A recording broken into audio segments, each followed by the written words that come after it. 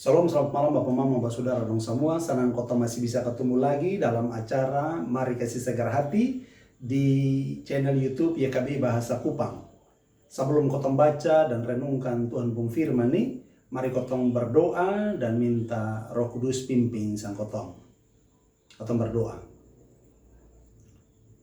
Tuhan Allah Bapa kami dalam kerajaan surga, puji dan syukur kotong panjatkan ke hadapan hadirat-Mu atas segala waktu dan kesempatan dan kebaikan-Mu yang kotong terima dalam kotong pun hidup.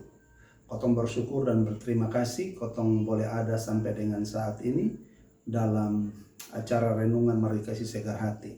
Kotong akan baca dan renungkan Tuhan pun firman.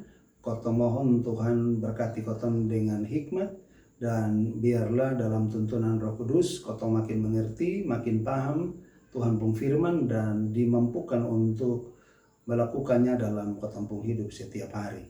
Di dalam nama Tuhan Yesus kotong berdoa. Amin.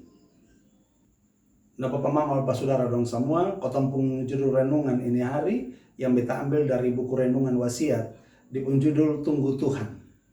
Ini didasarkan pada bacaan kitab Mazmur pasal 27 ayat 7 sampai 14. Dan ayat yang akan jadi kotompung inti dari ini renungan adalah ayat yang ke-14 yang bunyi begini. Tunggu Tuhan sah, kas kuat dan kas teguh lupung hati. Tunggu Tuhan sah. Demikian Tuhan pun firman.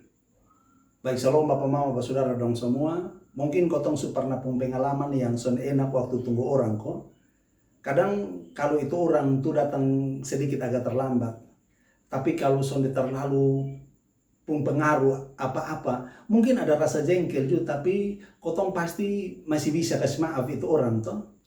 Tapi kalau gara-gara itu orang tuh terus di keterlambatan, itu bikin kotong rugi besar. Nah itu pasti bisa bikin kotong emosi, kau sampai putus hubungan kerja, atau bahkan bisa jadi sampai kotong bermusuhan.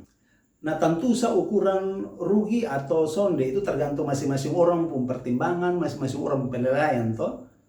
Dalam urusan tunggu menunggu nih terkadang kotong juga bisa jadi korban, tapi kotong juga bisa jadi pelaku. Alias kotong yang bikin orang lain itu tunggu sang kotong. Betul ke sonde? Begitu juga waktu kotong tunggu Tuhan. Baik tunggu Tuhan untuk bikin sesuatu dalam kotong pun hidup, atau tunggu Tuhan datang untuk kedua kalinya. Tapi soal tunggu Tuhan datang nih, satu orang pun sonde pernah tahu kapan dia akan datang. Betul ke sonde? Dari dulu sampai sekarang banyak orang coba-coba hitung, coba-coba rai-rai, kira-kira kapan Tuhan datang. Tapi tiap kali main salah terus. Tapi betul kok Tuhan akan datang. Alkitab baik dalam perjanjian lama maupun dalam perjanjian baru, dua-dua omong dan jelas Tuhan pasti datang ulang lagi.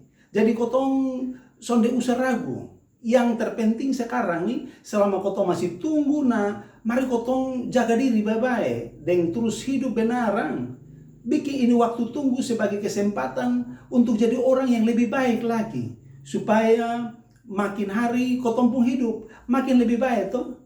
Jangan tanganga jangan hidup sembarang juga, tapi tetap waspada dan setia. Amin. Kotong berdoa. Tuhan yang baik, kotong datang kepadamu dengan hati yang penuh kerendahan, sambil terus mengaku bahwa kotong pun hati ini sering gelisah karena harus menunggu. Kotong mohon ajar kotong Tuhan supaya kotong tetap percaya bahwa Tuhan pun waktu itu yang paling baik. Tolong kasih kuat kotong supaya kotong tetap percaya sang Tuhan. Walaupun kotong belum lihat Tuhan pun jawaban atas kotong pun doa-doa. Tolong kotong supaya dalam masa dan waktu menunggu nih, kotong makin mengenal Tuhan dengan baik. Kotong mau terus belajar hidup setia dan menjadi pribadi yang lebih baik lagi. Di dalam nama Tuhan Yesus, kotong berdoa. Amin. Nah Bapak Mama dan Bapak Saudara dong semua, ini suka tempur renungan ini hari. Ingat jangan lupa like, subscribe, dan bagikan kepada semua orang dong. Karena dengan begitu Bapak Mama dong semua su ikut ambil bagian dalam pelayanan pekabaran Injil.